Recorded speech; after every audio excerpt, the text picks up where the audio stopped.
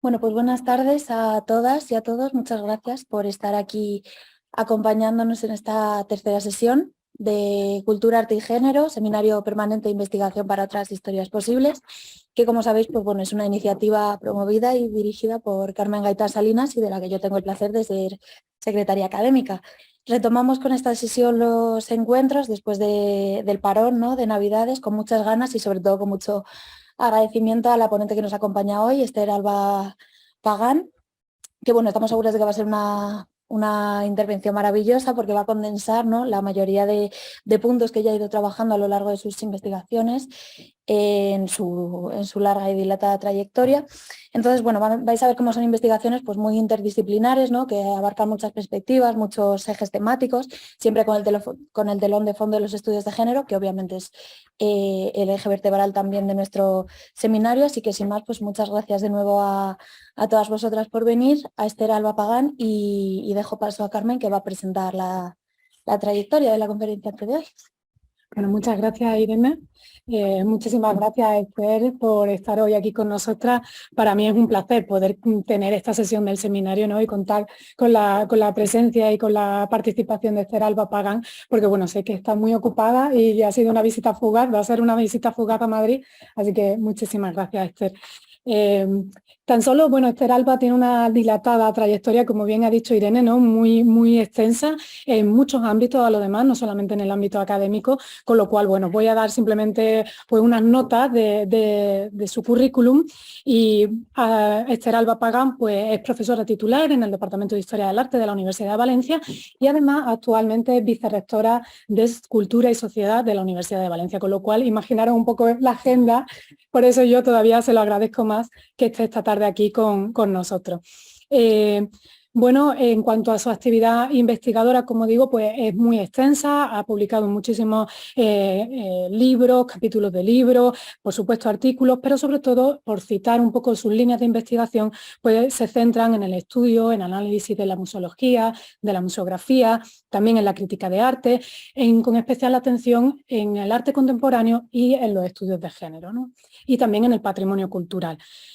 En este sentido, ha dirigido varios proyectos de investigación, ha participado en muchos otros. Por ejemplo, actualmente participa como miembro en el equipo de investigación del Proyecto Nacional de Conchalomba, el que dirige, el de Mujeres en España y su trayectoria un poco en Europa, ¿no? Así que, bueno, pues esa temática también la une un poco con el seminario de hoy. Y respecto al patrimonio cultural, pues Esther Alba Pagán también ha dirigido otros proyectos de investigación. Hay que mencionar el proyecto europeo Silk Now, que finalizó el año pasado, y bueno, pues en el que me contaba que recientemente han tenido la buenísima noticia de haber recibido el premio Research and Innovation de Europa Nostra y el Grand Prix de la Comisión Europea en 2023. Así que bueno, es maravilloso tener esas noticias por un proyecto que sé que fue muy interesante y muy bueno, ¿no?, y que ponía en relación a diversas instituciones del ámbito europeo en relación a la seda, y creo que fue un proyecto muy necesario para poner en valor ese patrimonio del que Valencia forma tanta parte, ¿no? Y bueno, pues como docente ha dirigido muchísimas tesis doctorales, trabajos fin de grado, de máster, de hecho es profesora, por supuesto, en el Departamento de Historia del Arte, pero también profesora en varios másteres, de los que además de uno de ellos es codirectora, en concreto del máster en Análisis y Diagnóstico de Obras de Arte y en el máster PERMEA, el de Programa Experimental de Mediación y Educación a través del Arte. Y bueno, ha realizado numerosas también estancias de investigación, entre las que se encuentra, por supuesto, esta casa, el Consejo Superior de Investigaciones Científicas, cuando estábamos, ¿no?, por incluirme, en Medinaceli, pues Esther Alba Pagán también conoció aquellas instalaciones ya hace algunos años, aunque no tanto. Bastantes. Y bueno, junto al Consejo, por supuesto, se encuentran otras estancias en numerosas instituciones de excelencia y europeas, entre las que se pueden contar, por ejemplo, la Hispanic Society de Nueva York o la Universidad de la Sorbona en París. Con lo cual, es un placer poder tenerla hoy. En esta tercera sesión del seminario, pues nos va a hablar sobre feminismo y mujer gitana en el museo, con este título un poco más amplio y genérico que pusimos, ¿no?, el género de la academia, el museo, investigación, feminismo gitano e instituciones culturales, y estoy segura de que nos va a suscitar muchísimas preguntas y muchas cosas sobre las que pensar. Así que, Esther, muchísimas gracias. Es un placer y nada, todo tuyo. Sí. Bueno, en realidad, gracias a todos vosotros, ¿no? Porque es un placer volver aquí, volver al consejo. Es como mi segundo hogar, ¿no? Mi segunda casa, con ese cariño terrible y tremendo que le tengo tanto a Miguel Cabañas como a Wilfredo Rincón, que siempre digo que son mis segundos padres. Son los padres putativos en el ámbito de la investigación, por lo que bien me acogieron pues en aquellos momentos no tan difíciles, esas travesías en el desierto que supone cuando uno está haciendo la tesis doctoral, ¿verdad? Y iniciando el camino hacia la investigación. Y la verdad que el Consejo es una gran familia y bueno, para mí, como decía, es un gran placer. Y gracias también especialmente tanto a Irene como a Carmen por la invitación, en primer lugar, a participar de este proyecto, no solamente interesante, sino que creo que muy necesario. Y evidentemente a participar de este seminario, ¿no? En el que, bueno, de alguna manera vamos a intentar continuar, ¿no? Suscitando interrogantes, ¿no? Porque creo que de eso es de lo que trata fundamentalmente el feminismo, no solamente en ir caminando en la solución, en dar respuestas, sino continuar preguntándose con esa mirada crítica necesaria, ¿no? Que parte del feminismo como un posicionamiento, ¿no? Claro, no solamente en el ámbito no personal, los personales políticos, sino evidentemente en la manera de ejercer, en nuestro caso, ¿no? En el ámbito universitario, tanto en la docencia como en la investigación. Ponerse al borde del abismo en muchas ocasiones es complejo, pero es muy necesario, ¿no? Y de eso es de lo que, pues en cierta manera, os voy a hablar, ¿no? Cuando Carmen me decía de qué puedes hablar, bueno, pues evidentemente son muchos los temas que acaban entrecruzándose en el ámbito de la investigación. En la actualidad, ¿no? Estamos trabajando mucho en el fenómeno de las humanidades digitales, la importancia del patrimonio del diseño, cómo el diseño, ¿no? Puede ayudar a fomentar las industrias creativas, ¿no? Es un ámbito de trabajo en el que además se abren, ¿no? Desde una perspectiva de la historia cultural, muchísimas brechas, ¿no? Que ayudan también a encontrar evidentemente a las mujeres, todas esas mujeres que trabajan en momentos determinados en las empresas familiares, en las industrias creativas, donde conocemos, por ejemplo, el nombre de diseñadores, pero no las conocíamos a ellas y están, ¿no? Hay que buscarlas y aparecen, como siempre comentamos, como siempre decimos. Pero lo que me trae aquí es un poco una reflexión general en torno a un proceso, ¿no? Que acabó llevándome de la mano a investigar, ¿no? Sobre el feminismo gitano, sobre su relación con las instituciones culturales y todos los interrogantes, ¿no? que todo esto suscita dentro de ese trabajo, ¿no? Que podemos decir que está ubicado en muchas ocasiones en lo alternativo, en el mundo de lo no institucional, y cómo en muchas ocasiones las instituciones culturales tienen que hacer un trabajo, ¿no? Por, evidentemente, incluir estas cuestiones. Y digo incluir porque dentro del feminismo gitano hay una línea roja muy importante, que es la problemática de la integración, ¿no? Porque la integración suele ser considerado, y así lo defienden, ¿no? Todas las asociaciones, especialmente de mujeres gitanas, que entienden, ¿no? Que todo aquello que hable de integración habla de asimilación, ¿no? Y de asimilación cultural, y por tanto son sesgos en los que en muchas ocasiones pues, es fácil caer, y creo que debemos evitar, ¿no? Igual que el hablar por ellas, ¿no? Creo que eso también cada vez hemos desde la academia intentar, ¿no? Evitar caer, ¿no? Como decía, en ese sesgo, sino que en muchas ocasiones, pues bueno, nuestro trabajo es bueno, lo que hacemos desde la historia del arte, o lo que hace un historiador o un crítico de arte, que es ver, analizar, comprender, ¿no? Y establecer esos criterios, podríamos decir, no solamente desde el ámbito de la investigación, sino de la inclusión de todas estas cuestiones y de temáticas y problemáticas dentro de la docencia, es decir, dentro del mundo de la academia y de nuestras líneas de investigación. Cuando desde la academia, es decir, desde la universidad, nos enfrentamos a las cuestiones de género, igual que en el ámbito del museo, existen claramente como dos opciones, ¿no? Y en el caso de la Universidad de Valencia no somos una excepción. Y digo que existen dos opciones porque generalmente cuando se planteó, ¿no?, trabajar desde la clave de género, desde los estudios de género, desde la perspectiva de género, en el ámbito docente, dependiendo, ¿no?, de la titulación, se mantuvieron como dos modelos, ¿no? Un primer modelo era trabajar las asignaturas como tradicionalmente se habían trabajado e incluir dentro de los currículos docentes, en este caso, una asignatura determinada, una asignatura concreta dentro de las titulaciones, del caso, por ejemplo, de historia, dedicada de manera exclusiva a las reflexiones sobre género.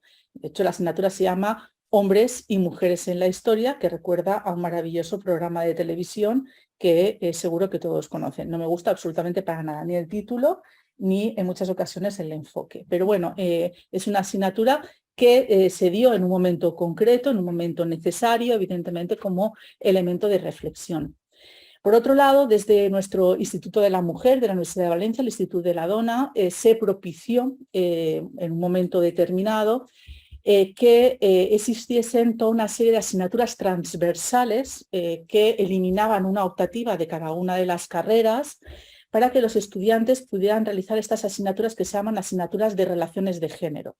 Son asignaturas que tienen, por tanto, un carácter transversal dedicado a las distintas áreas de conocimiento, humanidades, ciencias sociales, tecnologías, etcétera, y se ofertan a todo lo que es el alumnado en general a cambio de otra asignatura optativa que forma parte de los currículos, en este caso académicos, de cada una de las titulaciones, y que generalmente se ofrece y se gestiona desde el Vicerrectorado de Cultura, que incluye la extensión universitaria.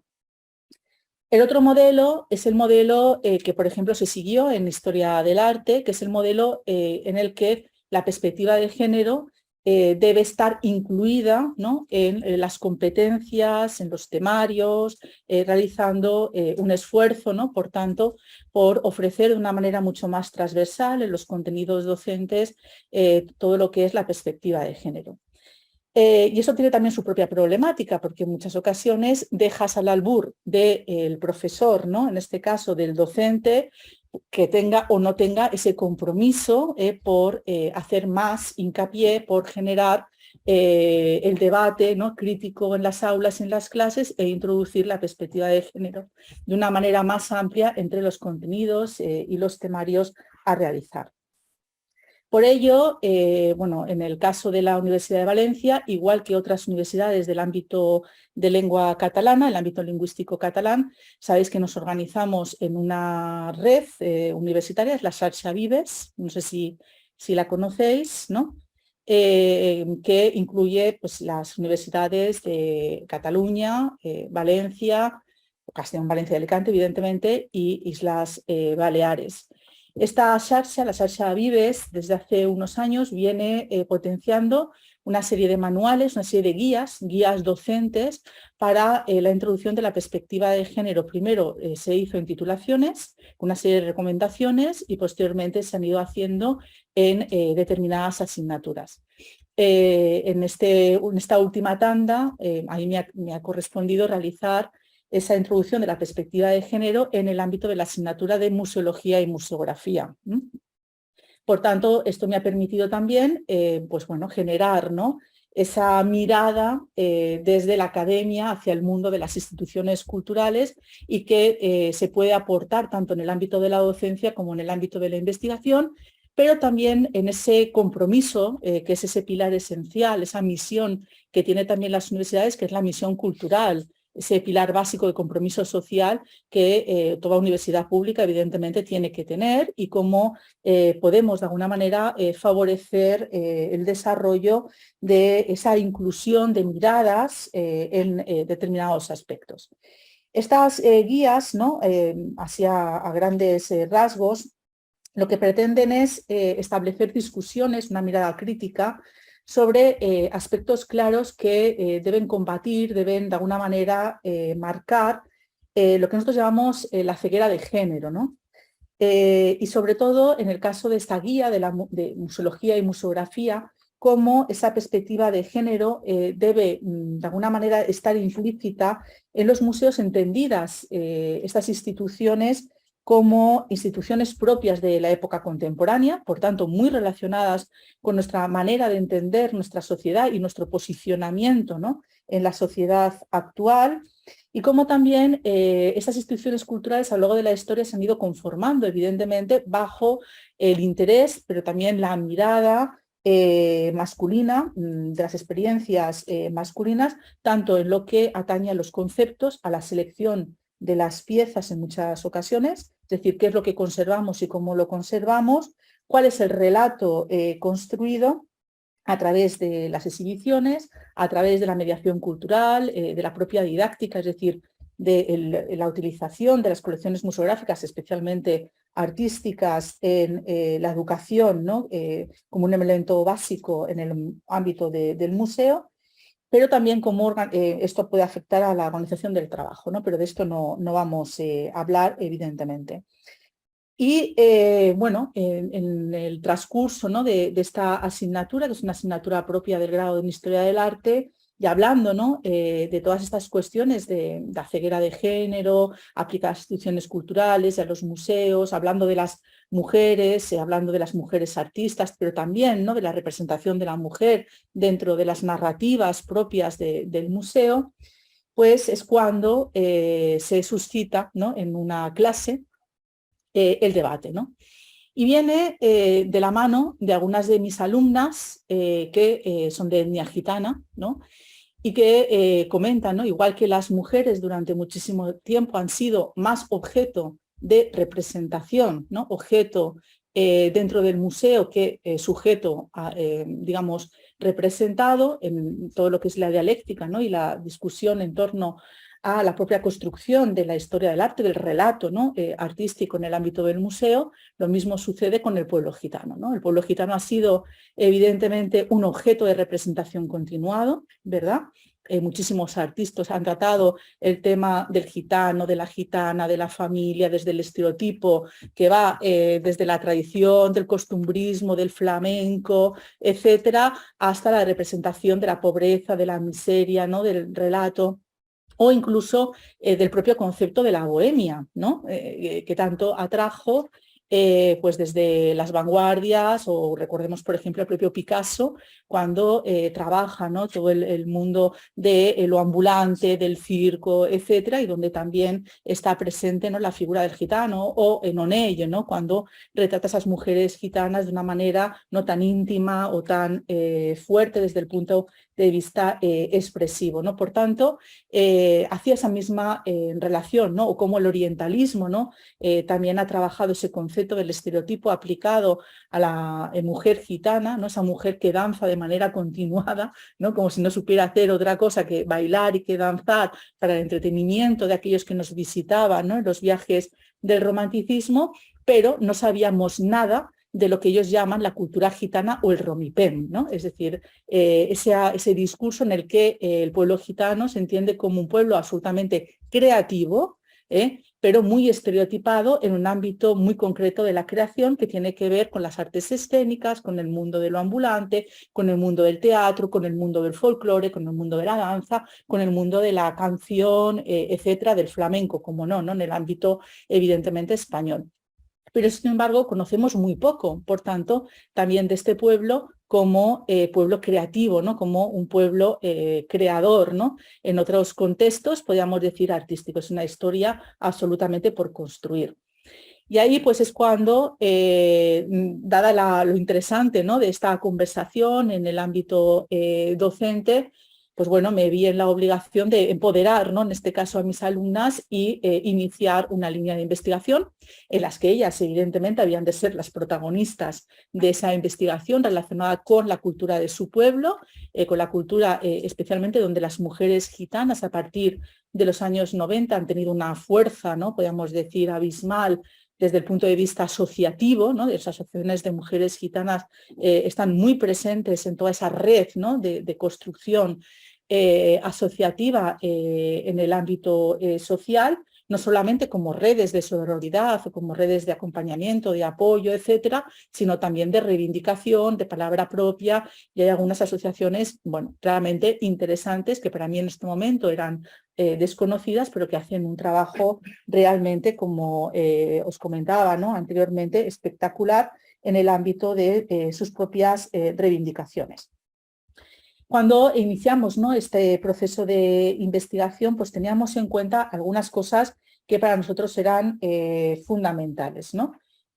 Una de ellas, a ver si puedo pasar ahora, una de ellas es evidentemente cuál es el enfoque, ¿no?, que debíamos dar a todas estas líneas nuevas que se abrían dentro pues de estos debates críticos que se establecían en la docencia de esta asignatura de Museología y Museografía, y que condujo a la realización de varios trabajos final de grado, y ahora estamos ya en trabajos final de máster y en la realización, espero, de brillantes tesis doctorales que incidan, pues bueno, en esta apertura, ¿no?, que estamos realizando en este caso en el ámbito académico, desde un posicionamiento muy claro, que es la revisión evidentemente feminista de las instituciones culturales y evidentemente del museo, y muy concretamente dentro de la construcción de las narrativas, ¿no?, la construcción del relato, de las narrativas, mediante ese papel activo de participación de las representaciones,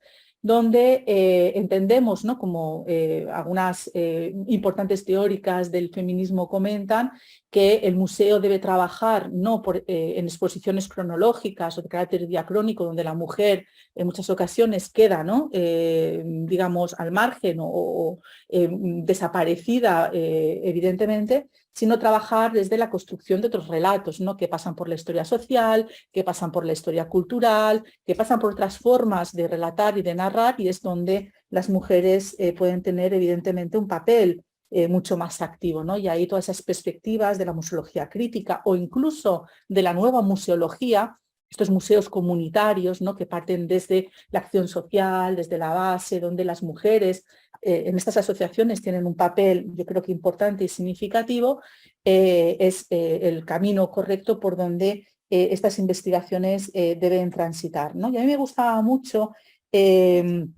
una nota, ¿no?, que Maceira establecía en sus libros, ¿no?, de reflexión sobre el feminismo y sobre los museos, donde establecía, ¿no?, realmente la importancia de generar, ¿no?, de alguna manera un discurso mucho más permeable en la historia, en la identidad y en la cultura, donde la evolución de la vida humana, ¿no?, al completo es lo que debía, ¿no?, estar representado en el museo, y no estos discursos construidos en muchas ocasiones de una manera tan sesgada, tan corta, y que muestran tan solo la vida de algunas personas que no, evidentemente, de toda la humanidad al completo, ¿no? Y por tanto, ese carácter, podríamos decir, de mirada ética, ¿no?, ese carácter deontológico necesario en el museo, pues era una de las herramientas en las que queríamos poner la atención, ¿no? Esos valores que en muchas ocasiones han transitado las propias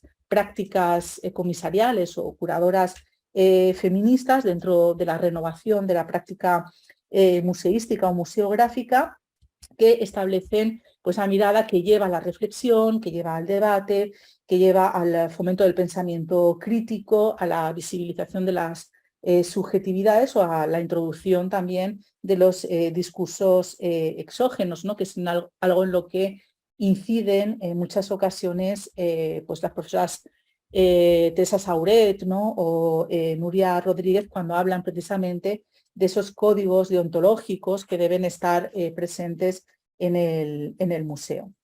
En ese sentido, de una manera clara, ¿no?, yo creo que es muy importante, ¿no?, cómo dentro de esta mirada, pues estos argumentos ya desde los años 80, ¿no?, y luego ya más recientemente en las últimas publicaciones, han sido defendidos por Griselda Pollock. Todos lo conocéis, no voy a hacer más hincapié, ¿no?, en la forma en la que ella entiende cómo el feminismo debe transitar en la construcción de esa nueva historia del arte, cómo cambiar el carácter del arte, la narración histórica, desde la institución educativa, pero también la institución cultural, la institución del museo, asociado evidentemente a la inclusión de la mujer, de lo femenino, pero también de lo interracial, de la multiculturalidad en los discursos, ¿no? Intentando evitar algunas cosas en las que yo también he caído en algunas ocasiones, como esto de el respeto a la diversidad cultural, la tolerancia hacia el otro, porque este tipo o este sesgo de mencionar y de nombrar las cosas, os digo que no son para nada absolutamente decoloniales. Estamos cayendo en una mirada en muchas ocasiones condescendiente, desde un posicionamiento hegemónico en el que no tenemos en cuenta realmente ese digamos, esa mirada, como decía, inclusiva, porque se trata de incluir las miradas, ¿no? Que pueden ofrecer de una manera clara y contundente, en este caso, culturas como la cultura del propio pueblo gitano. En ese sentido, bueno, pues sabéis, ¿no?, que desde hace unos años, hace unas décadas, especialmente en el mundo del museo, la literatura ha crecido de una manera exponencial. Recordemos, por ejemplo, ¿no?, todo lo que la revista Hermus ha trabajado en relación con los museos o mujeres, las propias revistas de museología de ICOM, ¿no?, también ha trabajado en los últimos años en pues el feminismo de la diferencia, esas rupturas que tienen que ver con las posturas esencialistas de ese feminismo, podríamos llamar hegemónico, que muchas veces desde Occidente se ha trabajado, ¿no? El no entender que el feminismo no es único, sino que es diverso y que deberíamos hablar realmente de feminismos en plural, ¿no? Y cómo pues bueno, todos esos debates han ido enriqueciendo pues la mirada, ¿no?, de los posicionamientos intelectuales de la teoría del feminismo desde los años 80 con la creación de los primeros museos llamados de mujeres hasta las teorías más actuales que ya están relacionadas evidentemente en los procesos, ¿no?, de las prácticas institucionales. Y ahí encontramos pues esta mirada que, por ejemplo, Amelia Jones, ¿no?, establece sobre cómo comisariar o cómo el museo debe construir, ¿no?, también estas narrativas desde la perspectiva feminista, ¿no? Y ella establece que existen dos direcciones claramente establecidas. Una de ellas, comisariar, ¿no?, claramente cualquier exposición desde una perspectiva de género, independiente, ha de estar incluida sí o sí, o hablar, ¿no?, en este caso, de exposiciones en las que se muestre arte feminista o en muchas ocasiones lo que llamamos de una manera más incorrecta arte de mujeres, ¿no? Es decir, que son dos cosas como muy diferentes, pero que no son en absoluto contradictorias, o en algunas ocasiones podemos decir que sí, ¿no? Pero, como dice Griselda Pollock, en realidad el combate es más profundo, ¿no? Porque el combate se trata de romper el relato unilateral, anglo y eurocéntrico, y sobre todo cambiar nuestra manera de hacer, nuestra manera de pensar, en muchas ocasiones o alejándonos del canon occidental, de esos discursos heteropatriarcales dominantes, y cuestionarnos, ¿no?, el canon, sobre todo desde el punto de vista de la conformación de los conjuntos de conocimiento, ¿no? Es decir, cuál es nuestro conocimiento, cuáles han sido los marcos en los que nos hemos movido en la construcción de este conocimiento, cómo se ha producido esa construcción de los saberes y cómo en algunas ocasiones en esa construcción de los saberes han quedado excluidos históricamente o infrarrepresentados no solamente las mujeres, sino numerosas minorías, en este caso desde el punto de vista de las minorías étnicas, donde evidentemente el pueblo gitano ha tenido un papel fundamental. Y sobre todo porque en el ámbito español el pueblo gitano es la minoría mayoritaria, ¿no? Sin embargo, su historia apenas está presente. No solo en los museos, no está presente en prácticamente ningún museo, sino en los manuales de texto. Ningún manual de texto, por ejemplo, de historia de España, habla de la historia del pueblo gitano. No se trata, por ejemplo, en la época de los Reyes Católicos, se habla de la expulsión de los judíos, pero no se habla de la persecución de las leyes, ¿no?, que los reyes católicos ya establecieron en persecución del pueblo gitano.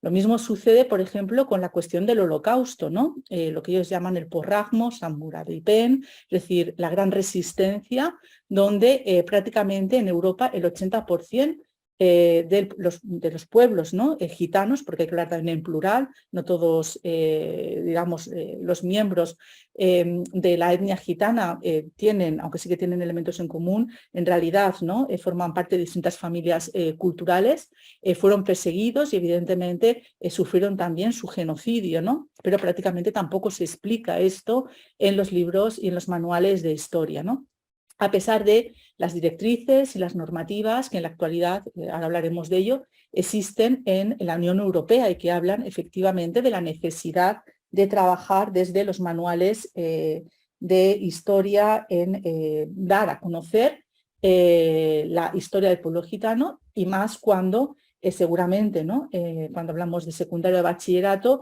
en nuestras aulas, ¿no?, tendremos a numerosos niños, niñas gitanos, ¿no?, pertenecientes a esta cultura, a esta etnia, y en este caso en las universidades ya están llegando muchos de ellos que en muchas ocasiones siguen ocultando, que esto es algo que a mí me preocupa muchísimo, siguen ocultando su cultura, su procedencia, digamos, para pasar desapercibidos, en vez de que sea un motivo de orgullo el mostrar evidentemente que pertenecen a una cultura determinada, ¿no? Y esto creo que decir que es algo que nos debe llevar, ¿no?, también al análisis de hasta qué punto todavía seguimos marginando culturalmente a niños y niñas gitanos. A mí me llama mucha atención en un trabajo que realizamos conjuntamente con una asociación gitana Faga, que pertenece a la red, ¿no?, de Federación de Asociaciones gitanas del ámbito valenciano, y concretamente la asociación Maranata, ¿no? Nos ayudó mucho, estoy en un proyecto europeo que habla especialmente de la visibilización del porragmo, ¿no?, del genocidio durante la Segunda Guerra Mundial al pueblo gitano. Hicimos una serie de, bueno, de entrevistas, ¿no?, de carácter cualitativo con niñas de 17, 18 años, y nos hablaban de hasta qué punto el estereotipo seguía consolidado en las aulas. Disimulaban la forma de vestir, disimulaban el acento, se tenían de rubio para pasar desapercibidas. O en muchas ocasiones los propios apellidos, ¿no?, marcaban de una manera muy clara que eran o pertenecían a la etnia gitana, y que eso para ellas suponía un gran problema porque, y lo decían, no es consciente en muchas ocasiones, es de manera inconsciente, pero sigue habiendo muchísimo prejuicio, ¿no? En el momento en el que un profesor o profesora, no estaba evidentemente generalizado, ¿no?, pero comentaban, sabían que nosotros pertenecíamos a la etnia gitana, cuando preguntábamos algo en clase, y esto de verdad a mí me conmocionó muchísimo porque lo decían con muchísima rabia, con lágrimas en los ojos, preguntábamos cualquier duda que teníamos, de repente el profesor nos hablaba despacio, como si nos costase más entender las cosas. Es decir, como si la historia de este analfabetismo, ¿no?, que el pueblo gitano iba arrastrando a lo largo del tiempo como un hecho cultural, fuese un rasgo biológico. Eso es una impotencia y una rabia que para ellas era realmente algo que no sabían cómo romper, ¿no? Y evidentemente lo mismo con el propio lenguaje, ¿no? Cuando hablamos del lenguaje inclusivo desde el punto de vista de la perspectiva de género, cuando hablamos del pueblo gitano, pues a veces no lo tenemos que hacer mirar, ¿no? Incluido pues toda esa lucha que ellos realizaron por intentar cambiar en el diccionario, en la Real Academia de la Lengua Española, que la palabra gitano no fuese sinónimo de trapacero. Es decir, persona que engaña, ¿no? Digamos, para pervertir, ¿no?, podríamos decir, la voluntad del otro. O cuando se busca en el diccionario el equivalente o sinónimo de mujer gitana, aparece también mujer que con su belleza, sus artes relacionadas con la magia y el no sé qué, es capaz también de engañar, ¿no? Es decir, todas estas cuestiones siguen estando muy vinculadas, por tanto, a nuestros propios procesos de ver, de entender, y que son aspectos que hemos evidentemente de intentar, ¿no? Cortar de una manera muy clara. Por tanto, en todo ello tiene que ver, ¿no? Estas miradas, podríamos decir también, de coloniales, donde el feminismo de la posmodernidad tiene mucho que decir. Nosotras trabajamos mucho con estas alumnas en este posicionamiento del feminismo de Donna Haraway, ¿no? De ese feminismo, podríamos decir, de colonial, posmoderno, donde era necesario también establecer ciertas coordenadas, podríamos decir, de carácter transhistórico, ¿no? Es decir, trabajar desde la historia cultural, trabajar desde estas teorías en las que la exclusión de muchas mujeres era un elemento patente, ¿no? En las construcciones de la propia teoría, y cómo en muchas ocasiones se segregaba, ¿no? De manera evidente esas otras mujeres, esas mujeres reales, ¿no? Que desde la base, en este caso, ¿no? Cuando hablábamos de las mujeres gitanas, desde lo asociativo trabajaban para tener voz propia, ¿no? Y que en muchas ocasiones el feminismo o algunos feminismos trabajaban desde una mirada de superioridad hacia lo que consideraban seres inferiores, ¿no? Esto que Spivak, ¿no? Hablaba de la categoría de lo subalterno, ¿no? Que yo creo que era una de las cuestiones que se debía trabajar. En ese sentido, ¿no? A nosotras nos llamaba mucho la atención, y para nosotros era muy importante pues bueno, entender cómo este feminismo que surgía de las redes asociativas de mujeres gitanas tenían mucho en común con el feminismo negro, especialmente de América del Norte, pero también los feminismos de América Central y de América del Sur, donde, pues bueno, digamos que junto con las cuestiones propias, ¿no? De visibilización de la mujer, se tejían otras cuestiones que tenían que ver con la pobreza, con el acceso a la educación, con la propia violencia de género, con el derecho a la tierra, la vivienda, a el acceso a la cultura, y que por tanto se trata de esas luchas en las que los derechos humanos, ¿no? Tienen un papel, podríamos decir, fundamental, entendiéndose, ¿no? También como seres oprimidos. Ahí es donde la inserción de las teorías postcoloniales, pero especialmente decoloniales, tenían un peso fundamental, ¿no? Especialmente Ophelia Schutt, ¿no? Para nosotras era importante tenerla en cuenta, ¿no? O otras autoras como Marta Traba, como Mari Carmen Ramírez, como Luis Kamitzer, ¿no? Por mencionar otro autor, ¿no? En este caso masculino, que ofrecían esas perspectivas críticas también frente al racismo cultural externo, ¿no? Que eran fundamentales a la hora de entender cómo el feminismo tenía, ¿no? También ese trabajo fuera, ¿no? De esa categoría del feminismo occidental, y cómo pues, bueno, se trabajaba desde esa construcción, ¿no? De los feminismos de Sandra Talpade, de Mohanty, de Anand Russo, de Lourdes Torres, etcétera, ¿no?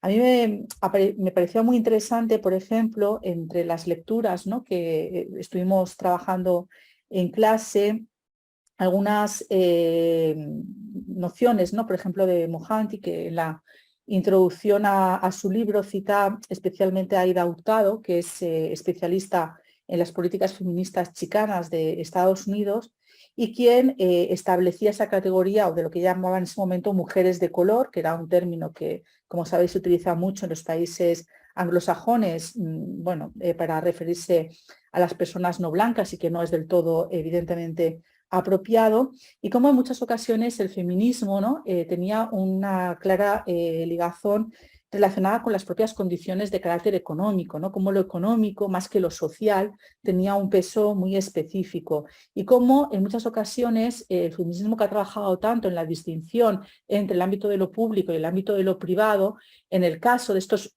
feminismos, una de las exigencias era trabajar esos dos ámbitos, puesto que no había diferencia, lo público y lo privado partían evidentemente de un todo, ¿no? Y sobre todo cómo el ámbito de lo familiar, ¿no? en lo cultural, tenía un papel esencial, ¿no?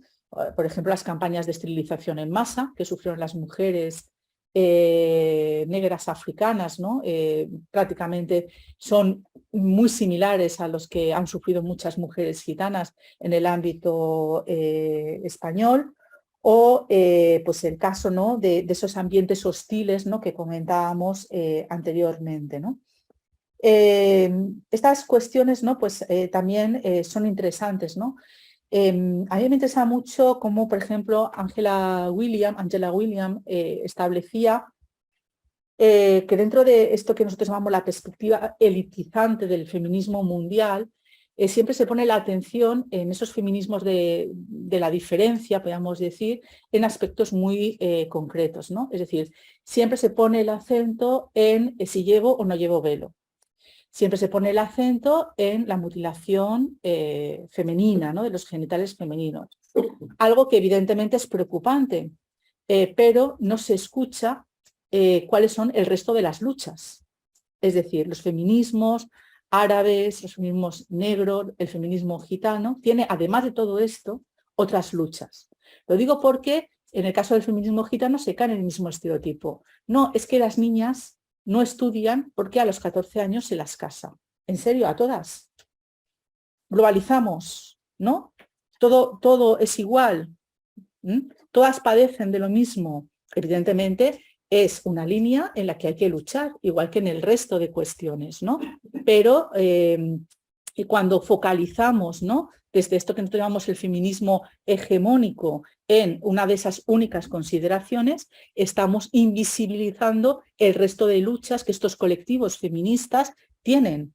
Y más cuando, evidentemente, son sociedades donde lo patriarcal tiene un peso también importante y significativo, ¿no? Pero al mismo tiempo las mujeres, la palabra de la mujer, ¿no? De la madre, de la abuela, etcétera, tiene un peso específico dentro de las propias culturas, porque en el ámbito de lo familiar, ¿no? En este ámbito de lo público y de lo privado, hay muchas brechas en las que ellas evidentemente están trabajando con muchísima potencia.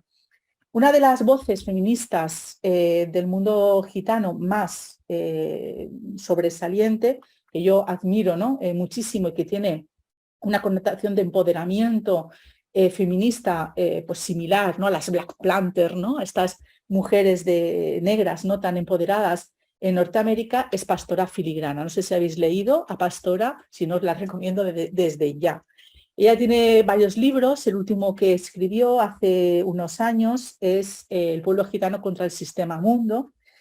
Es un libro absolutamente maravilloso en el que ella critica evidentemente el feminismo blanco, que no se comprometió con la lucha antirracista, que invisibilizó las relaciones entre racismo y sexismo, y de alguna manera pues está muy cercana a esas feministas negras como comentábamos, ¿no?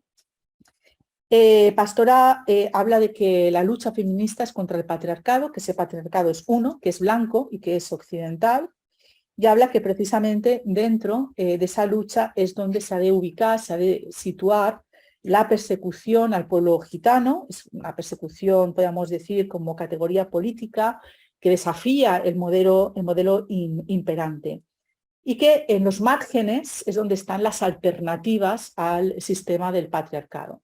Y ella ofrece el caso del pueblo gitano y su lucha como el paradigma de la solución. Algo me parece de una valentía absoluta, fijaros, ¿no? Es decir, no solamente establece la importancia de estudiar, de conocer, de empoderar ¿no?, al pueblo gitano en su cultura, en su posicionamiento social, en estar, ¿no?, en el ámbito de la academia, en contar su historia en los manuales de texto, en estar, ¿no?, representados a través de narrativas propias culturales en los museos, sino que además dice que el ejemplo de resistencia a lo largo del tiempo, el ejemplo de un tipo de vida no normativa, diferente, fuera del sistema, es donde está la solución. Esto es, bueno, para mí absolutamente maravillosa. Yo cuando descubrí a esta mujer me enamoré de ella. O sea, es impresionante, ¿no?, la capacidad. Ella es abogada laboralista, ayuda a muchísimas mujeres gitanas y por tanto establece, ¿no?, que el pueblo gitano, ese ejemplo de resistencia, es donde podemos aprender de las alternativas, de la posibilidad de las alternativas. Y lo decía de esta manera, dice: mi hipótesis política es un análisis histórico de cómo un pueblo perseguido y criminalizado por su forma de vida ha podido resistir la persecución y el castigo a través de las redes comunitarias amplias, como esa forma de trabajar en red, de asociarse, de trabajar desde la hospitalidad, la sororidad, es decir, esas redes de contacto que tiene el pueblo gitano han sido ejemplo. Y también lo es las formas de trabajo y de supervivencia a través de la economía alternativa, que es una economía circular, social, cooperativa, ¿verdad? Es decir, todas esas cosas que contamos desde la teoría, pero que desde la práctica ellos ya estaban ejerciendo de manera secular, ¿no? Muy interesante. Dice, intento ponerlo como ejemplo. ¿Por dónde deben ir los tiros en la nueva ordenación económica? Es justo lo que vemos estos días. Cuando estamos amenazados como colectivo en todo el mundo, las únicas respuestas que se apuntan como posibles son las comunitarias. Si yo me quedo en casa, no contagio. Mi salud depende de la de otro y la del otro de la mía. Habla de la pandemia en este caso, ¿no? Esta forma de habernos sentido comunidad para salir de la adversidad es la que hacen las comunidades que viven en estado de colapso generalizado de la persecución. Esto es lo que hemos hecho, dice el pueblo gitano, siempre. El pueblo gitano es ejemplo de eso. Invito a mirar diferente, de manera diferente, a un colectivo subalternizado, porque se puede mirar como ejemplo para seguir y copiarlo. Y esta es la osadía, esa es la valentía, la osadía que ya establece, ¿no?, en este maravilloso libro que se llama El pueblo gitano contra el sistema mundo. Por tanto, deberíamos dar o encontrar la respuesta, y esto lo digo yo por mi experiencia, con mis alumnas y con las asociaciones de mujeres gitanas, deberíamos dar respuesta dando voz a las asociaciones femeninas y feministas gitanas, cuya actuación diaria se están convirtiendo en garantes de esa interrogación de la historia o de nuestro propio futuro, ¿no? Me parecen mujeres, como decía, absolutamente valientes, ¿no? Se trata de una contestación, podríamos decir, al sistema social, una contestación radical. Existían y existen prácticas comunitarias romaníes, gitanas, que cuestionan todo el sistema de producción capitalista. De ahí la posibilidad de una respuesta interseccional al pensamiento dominante, al pensamiento hegemónico, en este caso patriarcal, racista, individualista, si queréis, ¿no? También incluiríamos el individualismo tan presente en nuestras sociedades y que abre la posibilidad para las identidades excluidas, redefinidas, ¿no? Es decir, cómo podemos redefinir, en este caso, a través de la relectura de lo identitario, ese papel fundamental que puede tener el pueblo gitano. En ese sentido, y dentro del territorio español, bueno, pues han surgido numerosas propuestas. Nosotros en Valencia empezamos a trabajar con este proyecto, se llama Relecturas en la que participan 18 museos de carácter local, está incluido el de Bellas Artes, el IBAM, etcétera, que empezamos a trabajar desde la clave de perspectiva de género con algunos museos muy comprometidos tradicionalmente con este trabajo, como el Museo de Prehistoria, como el IBAM, ¿no? Que lleva mucho tiempo trabajando en esa línea, o como museos de carácter local que trabajan en la expansión, ¿no? Podríamos decir, del museo hacia la sociedad, trabajando con las asociaciones como es el Museo de Paterna, un museo de cerámica, que tiene un programa educativo muy valioso, especialmente con las asociaciones gitanas de su entorno, de su territorio más cercano, ¿no? Y que es un ejemplo muy claro de trabajo comunitario, de trabajo con las comunidades. Sin embargo, para mí el gran descubrimiento en esta mirada, ¿no? hacia la cultura gitana, hacia el Romipen y hacia la construcción de esa cultura y su reivindicación desde un posicionamiento feminista ha sido el descubrimiento de varias asociaciones de mujeres gitanas y entre ellas destacaría algunas, pero concretamente Alborea, que está aquí en Madrid, la tía Rosa es una... podemos decir, luchadora, ¿no?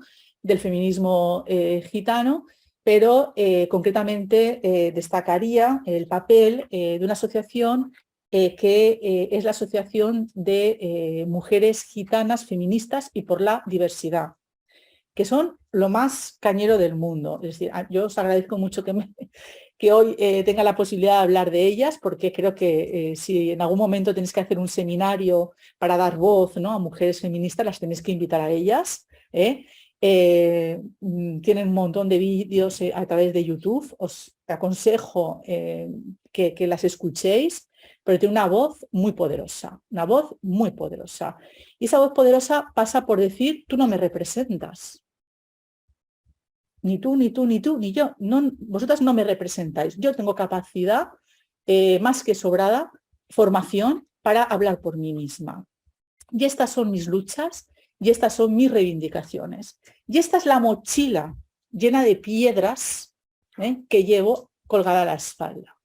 Esas piedras que forman parte de, digamos, esa persecución, ¿no? ancestral que todavía evidentemente continúa.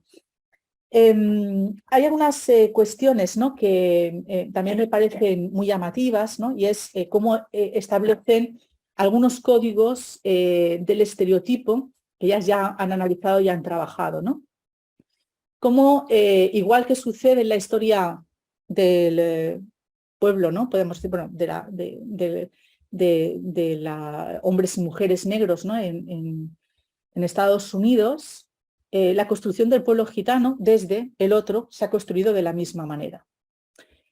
En ese estereotipo que va o a la fascinación de lo exótico y lo erótico, o a la fascinación por lo irrisorio, ¿no? por el mundo del espectáculo, por la espectacularización, que forma parte de cómo en muchas ocasiones se construye la imagen del pueblo gitano a través de determinados programas de televisión, palabra de gitano, no me acuerdo, la gypsy no sé qué, ¿no? la boda gitana, no me sé los títulos exactos, ¿no? pero que son absolutamente aberrantes, ¿no? y que cuando uno habla, ¿no? evidentemente, con ellos se da cuenta de que de hasta dónde podemos caer, ¿no? en la construcción absurda, pero absolutamente agresiva y lesiva del estereotipo, o en la espectacularización mostrando únicamente al pueblo gitano como un pueblo capaz, desde el punto de vista cultural, de generar determinadas expresiones artísticas que pasan por el folclore. Evidentemente el flamenco, ¿no? es suyo, es patrimonio de la humanidad, es algo importantísimo como un hecho cultural, pero hay mucho más. Pero ese más, ¿dónde está? ¿Quién lo visibiliza? ¿Quién lo estudia? ¿Quién lo trabaja? ¿no? Por tanto, es lo mismo que sucede con el ámbito, ¿no? de la negritud en el ámbito, podríamos decir, estadounidense. Se dedican al blues, se dedican al jazz, a los deportes, ¿no? es decir, cómo encasillamos en determinados estereotipos, en determinados márgenes. ¿no?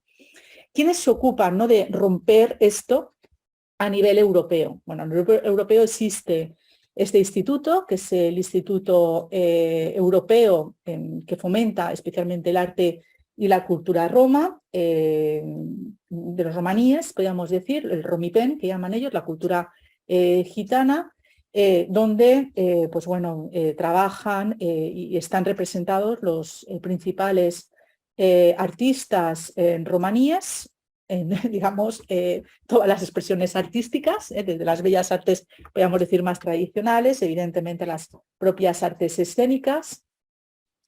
Rome Archive, que es una plataforma interesantísima, pero interesantísima, que no solamente trabaja en cuestiones de fotografía, de política, de artes visuales, de películas, trabajan mucho con la vigilancia del lenguaje, de las noticias, tanto en televisión como en las propias noticias. Trabajan evidentemente flamenco, danza, etcétera, el teatro. Y tienen también una plataforma muy interesante que es la recopilación de testimonios de la persecución nazi, del genocidio nazi, del porragmos o samuradipen, es que según quién. Los países del este prefieren porragmos, los países del oeste prefieren samuradipen. En definitiva, es esa resistencia que el pueblo gitano tuvo frente a el momento del exterminio, ¿no? Cuando se dieron cuenta, ¿no?, de que a ellos también se les iba a exterminar y iban a acabar en la cámara de gas, ¿no? Y el archivo, podemos decir en este caso histórico, es realmente interesante, ¿no? No sé cómo voy de... Sí, más o menos 10 minutitos más. Vale. Vale, perfecto. Bien. Pero para mí, fijaros, el gran descubrimiento es este museo, que seguramente nadie conocéis, yo tampoco lo conocía. ¿Y esto porque cómo llego yo a este museo? Pues mirad, a este museo llego de una manera casual. Estaba estudiando la red internacional, el network, ¿no?, internacional que existe de museos de mujeres. Hay una red, ¿no?, podemos decir, en el mundo, donde están incluidos todos los museos de mujeres, ¿no? El Museo de Hanoi, hay un museo de Senegal, varios museos australianos, ¿no?, que hablan también, ¿no?, de ese momento de colonial, ¿no?, del colonialismo, la mujer aborigen, etcétera. Bueno, hay varios museos, algunos evidentemente más occidentales, ¿no?, como el Museo de la Mujer de Washington, ¿no?, todos estos que se generaron en los años 70 en el ámbito occidental, forman parte de esa red. Y pues quería, ¿no?, saber exactamente cuántos museos de mujeres existían en el ámbito español, en el ámbito nacional, y cuáles estaban representados en esa red internacional. Cuando hacia el 2016 es cuando publico el primer artículo, ¿no?, relacionado con la museología y los museos de mujeres, una mirada tal, pues descubro, para mi sorpresa, que el único museo español incluido en esa red internacional de museos de mujeres es este museo. El Museo Etnológico de la Mujer Gitana, que está situado en el Sacromonte, en Granada. Un museo muy pequeñito. Y un museo que es lo más interesante para mí, que es el único museo, bueno, uno de los pocos museos, no voy a decir el único, bueno, uno de los pocos museos de carácter comunitario que existen en España. Sabéis que los museos comunitarios o museos de comunidad son museos que se han trabajado siempre desde esa perspectiva de la nueva museología, ¿no? Es decir, esa nueva museología de Henri Rivière, bueno, perdón, que lo he dicho mal, Henri, que luego me corrige que es francés, Henri Rivière, ¿no?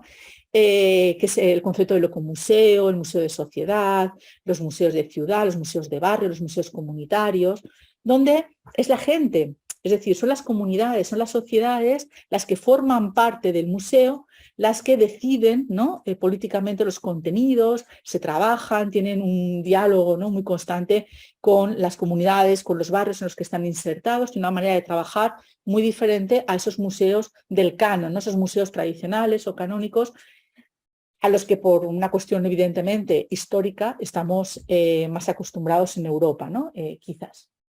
Y este museo depende de una asociación de mujeres gitanas que hacen un trabajo pues estupendo, evidentemente desde el punto de vista formativo, educativo, de trabajo, ¿no?, con los jóvenes, con la comunidad, evidentemente, de el Sacromonte. Pero además han trabajado en sus salas con poner en valor estudiar e investigar su propia cultura, ¿no? La cultura del pueblo gitano, desde el punto de vista histórico, contando toda esa narración, ¿no? De esa persecución histórica, tanto a nivel europeo como en el ámbito español. Tienen, por ejemplo, una sección dedicada a ese planteamiento cultural de lo nómada, ¿no? El feminismo de lo nómada.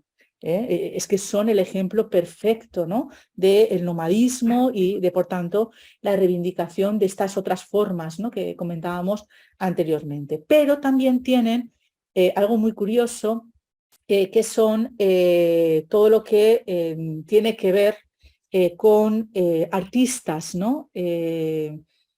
Artistas importantísimos para ellos, ¿no? Como este escultor gitano, Luis Heredia, ¿no? Que para ellos es fundamental, o este famoso artista de la República, que fue uno de los artistas más importantes vinculados al anarquismo y a la CNT, que es Helios, ¿no? Y fijaos, para mí esto fue muy importante, y hablándolo con mis alumnas, para ellas fue una absoluta sorpresa, ¿no? Es decir, un artista de la revolución, un gitano que era anarquista, ¿no? ¿Por qué? Porque después de la aculturización del franquismo, el pueblo gitano se ha vinculado mucho a determinadas maneras de entender su papel en el ámbito de lo ideológico, lo religioso, si me apremiáis, o de lo político, ¿no? Es decir, también se le ha enmarcado, ¿no? Dentro de una clasificación estereotipada donde las otras diversidades no existen, ¿no? Y para ellas fue un descubrimiento que habían artistas vinculados a la República y vinculados a ideologías tan potentes como el anarquismo. Pero es que si lo pensamos bien, el pueblo gitano evidentemente es un pueblo donde la ideología del anarquismo, ¿no? Por su propia naturaleza, ¿no? Por esa forma, digamos, ambulante, nómada, esas economías, ¿no? de lo circular que comentábamos antes, de lo comunitario, tenía un peso de carácter específico. Pero toda esa memoria, toda esa cultura no se ha reivindicado, ¿no? No se ha puesto en valor, no se ha construido algo que es muy importante, que son los referentes, ¿no? Esa construcción de los referentes. Y esto no sucede desde el punto de vista de los artistas, pero tampoco de las artistas o de esas mujeres gitanas que en un momento determinado podían ser también referentes. Y ahí es donde, igual que sucede con el feminismo y con la lucha de las prácticas curatoriales feministas, es donde la red, las plataformas de lo virtual cobran protagonismo. Construyendo esos espacios, podemos decir, de exposición o de difusión del no museo entendido, ¿no? De manera tradicional, como una arquitectura que muestra una colección que se cuelga en unas paredes, sino que buscan sus propios espacios, ¿no? De construcción de su historia, de su narrativa, a través de Internet o de la web. Y ahí hay varios ejemplos, algunos más institucionales, como es el caso del Instituto de la Cultura Gitana, que como sabéis forma parte del Consejo Gitano Estatal, que muestra y que tiene algunas acciones muy interesantes, ¿no? Relacionadas con, por ejemplo, artistas en el Museo del Prado que representan el pueblo gitano, ¿no? Los artistas gitanos, aspectos relacionados también con lo fílmico, no solamente con la pintura, con las bellas artes más tradicionales. Realizan un trabajo muy interesante. Pero a mí me interesan mucho más algunos otros proyectos, ¿no? Concretamente, esta asociación que yo os comentaba anteriormente, la Asociación de Mujeres Feministas Gitanas y por la Diversidad, generaron y han generado a través de sus posibilidades, evidentemente con muchísimo esfuerzo, y esto tiene un valor, ¿no? Importantísimo porque es una asociación, una escuela virtual del feminismo romaní, donde establecen, ¿no? Todas estas formas de construir el feminismo dentro de la propia comunidad gitana, es decir, dirigidas a ellas mismas, a las mujeres gitanas, y poniendo el acento no solamente en lo que ellas entienden como sus propias reivindicaciones dentro del feminismo, que pasan, ¿no?, por todo esto que hemos contemplado anteriormente, sino que además tienen mucho que ver con la construcción de referentes dentro de la cultura gitana internacional, evidentemente, y nacional. Porque dentro de la cultura gitana hay un interés muy claro por conectarse, ¿no?, con la cultura romaní internacional. Tienen un problema bastante importante, que es que no hablan la misma lengua, como sabéis, ¿no? En el ámbito internacional se habla el romanó, y digamos los gitanos españoles hablan caló, ¿no?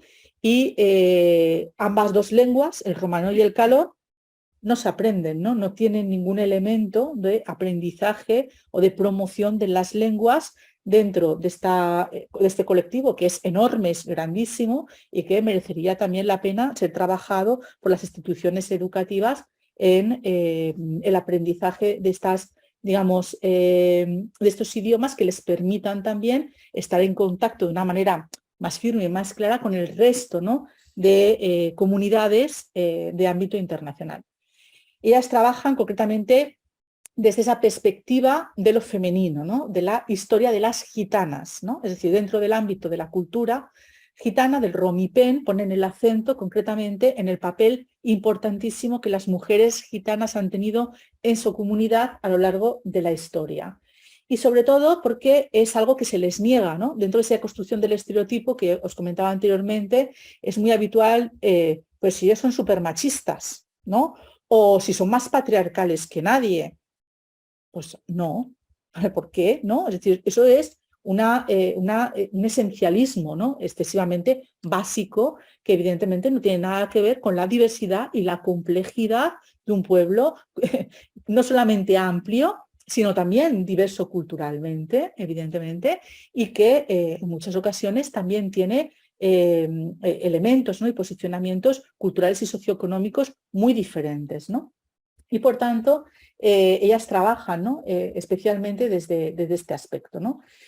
Trabajan la historia, todas estas leyes antigitanas, ¿no?, que se han ido produciendo, estas persecuciones a lo largo de la historia, es cómo esto ha ido generando una cultura popular que ha establecido un estereotipo de lo que es la mujer gitana de una manera muy tradicional, como esas etiquetas, ¿no?, se han asociado a excesiva fertilidad, a la hipersexualización de la mujer gitana, a ese carácter del exotismo, del orientalismo, del mundo de la magia y de la superstición, etcétera, y que evidentemente, nada tiene que ver con sus propias realidades. Sabemos y conocemos que muchas instituciones, por ejemplo el Reina Sofía, ha dedicado, ¿no?, alguna exposición a mujeres y a, digamos, artistas, ¿no? En el caso de Ceija Estoja, muy claramente vinculadas también al tema del Holocausto, o por ejemplo en el caso de la famosa Bienal de Venecia, Paradise Lost es una de los intentos de tener un pabellón romaní propio, donde mostrar las obras de artistas gitanos entendidos desde un punto de vista cultural como pueblo, ¿no?, y tener por tanto un pabellón propio. Este trabajo, como decía, es mostrado, ¿no?, por esta asociación.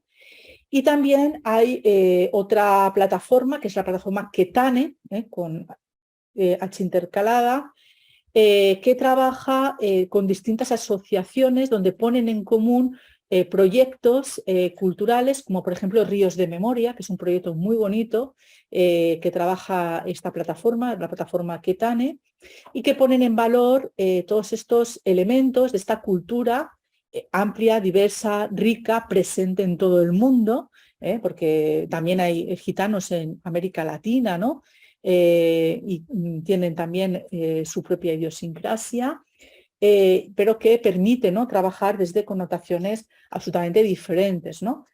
Y para poneros algunos ejemplos, pues bueno, tanto Paradise Lost como la más reciente 2018, que fue la última asociación que el Instituto Europeo de Cultura Gitana realizó con artistas romaníes de todo el mundo, pues mostraros, ¿no?, pues algunas de esas vinculaciones con el ámbito de la cultura artística más de vanguardia o más novedosa, ¿no?, que permite romper, evidentemente, ese cliché de la cultura gitana asociada únicamente a lo espectacular, ¿no? Espectacular entendido como espectáculo musical, artístico, vinculado al flamenco, a la danza, etcétera, ¿no? Pues, por ejemplo, Tibor, ¿no? Es un artista realmente muy importante con esta lluvia de lágrimas, ¿no?, que hace asociación a esas lágrimas, ¿no?, vertidas por los años de persecución. Daniel Baker, no sé si lo habéis leído. Bueno, este artista, además de ser un artista impresionante, es un gran teórico, y tiene unos libros que hablan evidentemente de la importancia de la cultura en el ámbito, digamos, concretamente del Romipen, ¿no? Realmente muy importantes y espectaculares, ¿no?, desde esta concepción europea. Y bueno, él trabaja, ¿no?, con distintas cuestiones asociadas al espacio de lo imaginario, al espacio de lo transitado, ¿no? Es muy interesante, ¿no?, esas miradas entre el espacio de lo simbólico, de lo mítico, ¿no?, que tiene una presencia tan importante también en la propia cultura gitana, ¿no?, esto de la procedencia del gitano, de lo gypsy, ¿no?, relacionado. Bueno, esto hay que tener un poco cuidado, que a mí me llamó mucho la atención porque en una de las publicaciones que yo realicé en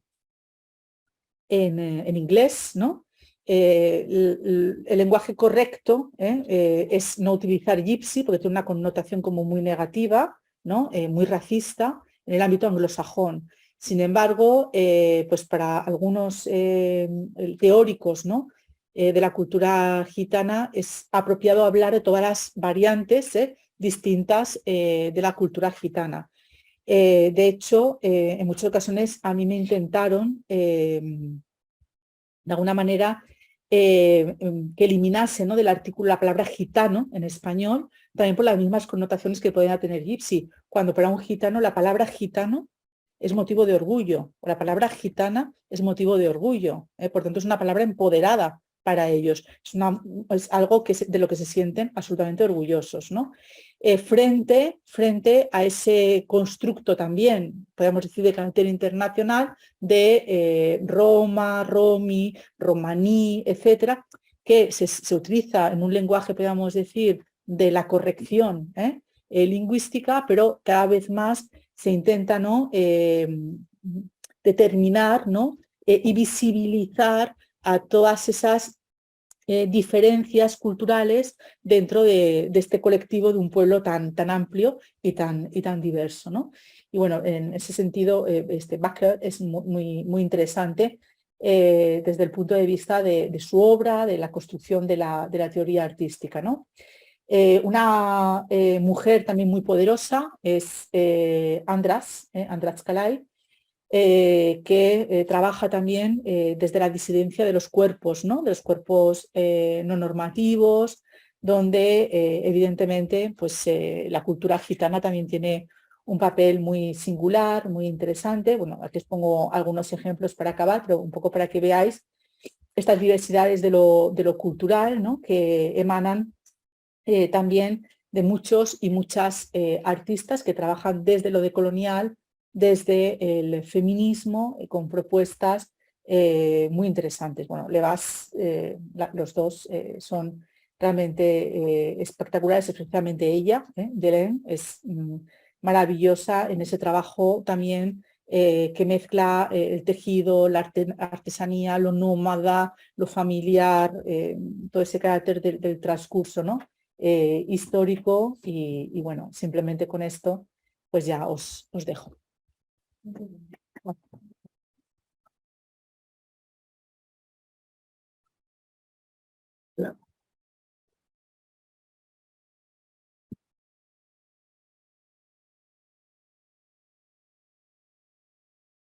Bueno, muchísimas gracias. Ah, Muchas gracias, Esther. Creo que ha sido Sí, bueno, yo espero que no sé, ha sido muy interesante o no, Sí, no lo sé. yo creo que sí, que ha sido muy interesante, que nos ha descubierto, ¿no? Muchas visiones nuevas, también una manera de ver la historia y de ver también la contribución o las ausencias con las que hemos ido lidiando a lo largo del tiempo, ¿no? de este pueblo y de esta comunidad que no hemos tenido en cuenta, por supuesto, y también muchísimos artistas que nos han ido enseñando que quizás muchos de nosotras y de nosotros no conocíamos. Así que bueno, muchísimas gracias, creo que ha sido estupendo y creo además que entronca muy bien con esas líneas de investigación que el seminario pretende visibilizar y también con el proyecto que tenemos entre manos, ¿no? Y del que tú también formas parte, el de Artistas Transatlánticas, que bueno, aunque no son exactamente, pero como tú bien has dicho, comparten muchos puntos en común con esas otras personas de América, con esas otras comunidades como las de etnia o raza negra, con lo cual, bueno, creo que también tiene que ver con ese proyecto que nos concedieron del Ministerio de Igualdad y